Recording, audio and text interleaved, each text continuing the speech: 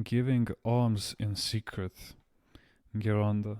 Some people consider it to be Phariseeism when someone goes to church but is devoid of love and sacrifice.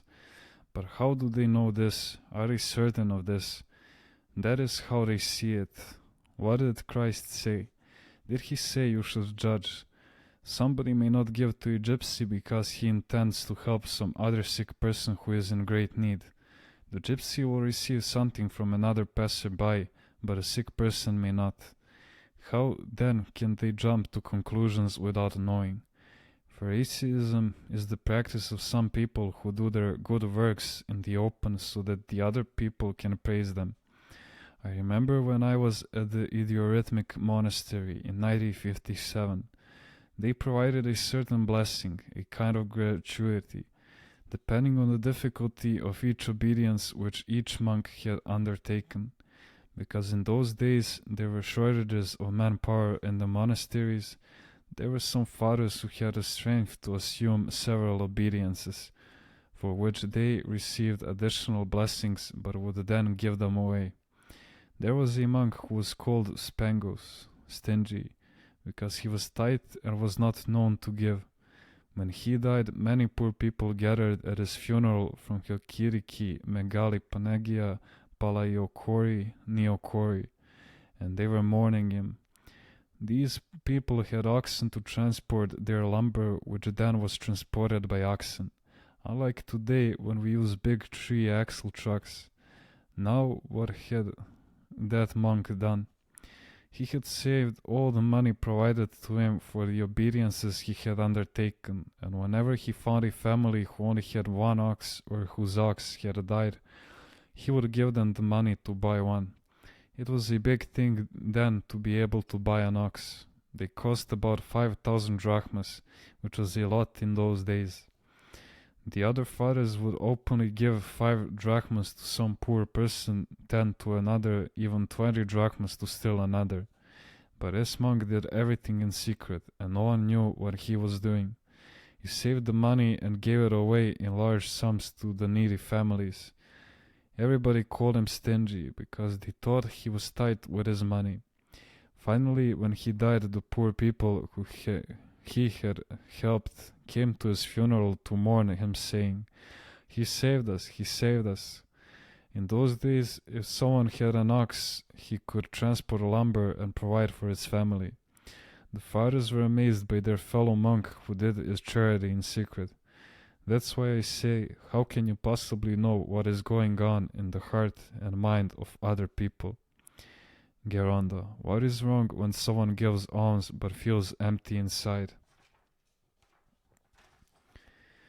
He should reflect whether he is acting out of a need to be liked by others. When the motives for almsgiving are pure, then we feel joy. Do you know what they did in some town once? This was told me by a devout attorney I knew. Christmas was approaching and a few Christians decided to gather various things, bundle them into packages and take them to the public square to distribute them to the poor. It was after the German occupation when people were in dire need. The attorney advised them, since you know who the poor families are, it would be better if we distributed the packages quietly to each family directly. No, they said, we must distribute the packages in the public square for the glory of God, so people can see that we care for the poor. But this is not right, he told them again. Where is it written that charity should be given like this? The group wandered their way for the glory of God. The devout attorney could not change their minds and left them to it. They gathered the packages in the town's main square and announced that the packages would be distributed there. Certain greedy, rough, and uncouth characters came quickly and gathered up the packages for themselves, even though they had no need, while the poor remained empty-handed. When the donors tried to intervene, they were handled roughly by the shady characters for the glory of God. See how the spiritual laws work. A secular person can be proud and publicly announce his plans, but how can this ever be justified for spiritual people? Geronda, Are there people who do not believe, but who are still kind and do charitable work? When a worldly person gives out of a pure disposition and not out of a need to be liked by others, then God will not ignore him, but will find a way to speak to his heart. Someone I know who lived in Switzerland told me of the following incident. A rich atheist woman was so kind and compassionate that she distributed all of her poverty to the poor and suffering, and ended up becoming very poor herself. Then the people who she helped saw to it, and she was placed in the best nursing home. In spite of all her charity, she remained an atheist. When people tried to speak to her about Christ, she refused to discuss the matter. She insisted that Christ was nothing more than a good man, a social worker, and other similar theories. Perhaps even the Christians she happened to meet or know did not help her to be moved by their life. My friend asked me to pray for the soul of that woman. In any case, my friend also prayed fervently for that woman to find her faith in God.